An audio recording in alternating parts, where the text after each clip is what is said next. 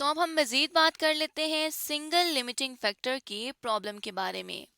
तो जैसे कि अपनी लास्ट वीडियो में हम एक कंपनी का डेटा देख रहे थे जिसमें हमने शॉर्टफॉल को कैलकुलेट करना था और ऑप्टिमम प्रोडक्शन प्लान को कैलकुलेट करना था। जिसके लिए शॉर्टफॉल तो हम कैलकुलेट कर चुके थे।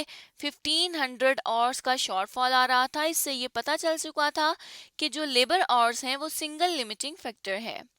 अब यहाँ पर हमने कैलकुलेट किया था कंट्रीब्यूशन मार्जिन पर यूनिट और हमने बनाना था ऑप्टिमम प्रोडक्शन प्लान, जिसके लिए नेक्स्ट जो स्टेप था उसमें हमने कंट्रीब्यूशन पर लिमिटिंग फैक्टर को कैलकुलेट करना था।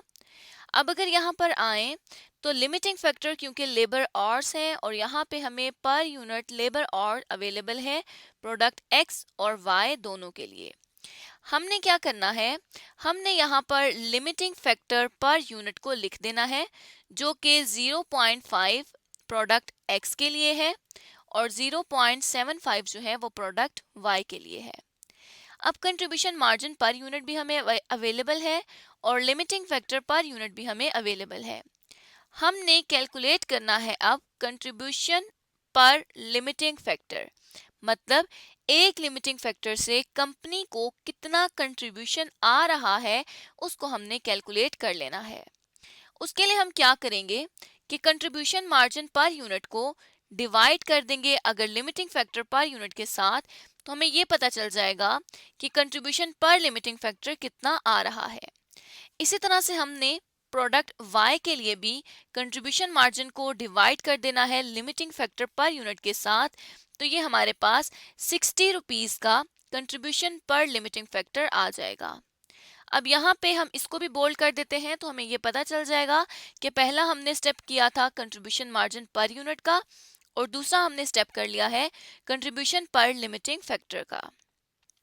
उसके बाद हमने कंट्रीब्यूशन पर लिमिटिंग फैक्टर की बेसिस पर रैंकिंग परफॉर्म करनी है। तो रैंकिंग में अगर देखा जाए तो जिस प्रोडक्ट का कंट्रीब्यूशन पर लिमिटिंग फैक्टर ज्यादा होता है उसको हम कहेंगे कि ये रैंक 1 पे आएगा। तो यहाँ पे देखा जाए तो प्रोडक्ट एक्स की 40 रुपीज पर यूनिट आ रहा है, जबकि प्रोडक्ट वाई के लिए 60 रुपीज पर लिमिटिंग फैक्टर आ रहा है। अब यहाँ पे हमने रैंकिंग परफॉर्म करनी है, तो क्योंकि 60 ज्यादा है इसलिए हम 60 को कह देंगे कि ये रैंक फर्स्ट पे है और प्रोडक्ट एक्स को कह देंगे कि ये रैंक सेकंड पे है, क्योंकि इसका जो कंट्रीब्यूशन पर लिमिटिंग फैक्टर है वो 40 रुपीस का है। अब यहाँ पर ये हमने रैंकिंग को परफॉर्म कर लिया है, मतलब हमने यहाँ पर अपना जो थर्ड स्टेप है उसको भी कंप्लीट कर लिया है। तो अब इस रैंकिंग से शो क्या हो रहा है कि कंपनी ने पहले बनानी है प्रोडक्ट Y, क्योंकि लिमिटिंग फैक्टर होने के बावजूद प्रोडक्ट Y कंपनी को ज्यादा कंट्रीब्यूशन पे कर रही है और फिर हमने प्रोडक्ट X को मैन्युफैक्चर करना है। इसके लिए हम करेंगे क्या, यहाँ पर अब प्रोडक्शन प्लान को बना लेंगे।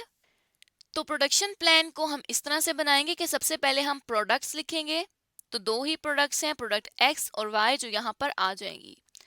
उसके बाद जितनी यूनिट्स बनेंगी उनको हमने यहाँ पर लिखना है। फिर लेबर और पर यूनिट, उस इन यूनिट पर एक लेबर और कितना लग रहा है उसको यहाँ पर लिखेंगे और फिर टोटल लेबर आवर्स को हम यहाँ पर लिख देंगे। तो हमने इस प्रोडक्शन प्लान को बेसिकली इस रैंकिंग की बेस पर बनाना होता है। तो सबसे पहले क्योंकि प्रोडक्ट Y ने बनना है इसलिए हम यहाँ पर प्रोडक्ट के नेम में प्रोडक्ट Y को मेंशन करेंगे। तो यहाँ पर सबसे पहले बनेगी प्रोडक्ट Y। यूनिट्स उसके कितने बनेंगे, 4000 यूनिट्स, क्योंकि हम देख सकते हैं कि हमें डिमांड में 4000 यूनिट्स अवेलेबल हैं प्रोडक्ट Y के लिए। तो अब हमने क्या कर दिया कि 4000 यूनिट्स को यहाँ पर लिख दिया। उसके बाद लेबर और पर यूनिट कितनी लग रही है, तो यहाँ पर हम देख सकते हैं कि लेबर और पर यूनिट 0.75 आवर्स लग रहे हैं। हमने 0.75 आवर्स को भी यहाँ पर लिख दिया है।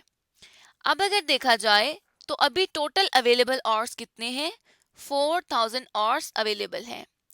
तो प्रोडक्ट Y पर कितने आवर्स लगेंगे, उसके लिए हमने 4000 यूनिट्स को मल्टीप्लाई कर देना है 0.75 लेबर और पर यूनिट के साथ।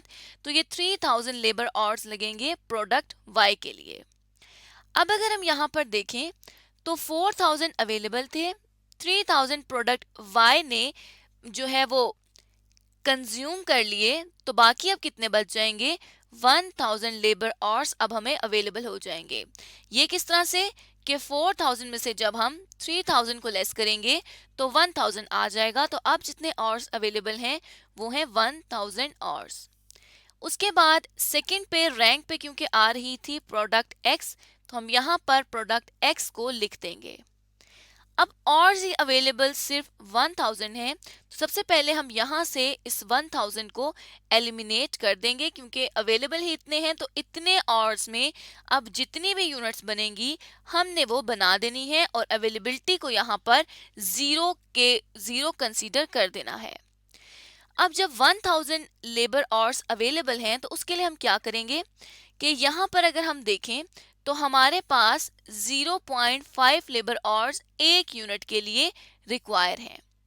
अब हमने करना क्या है कि यहाँ पर लिख देना है 1000 labour hours divided by 0.5 per unit, तो ये आ जाएगा 2000। इसका क्या मतलब हुआ कि कंपनी प्रोडक्ट एक्स के लिए 2000 यूनिट्स बनाएगी और यहाँ पे हम लिख देंगे 0.5।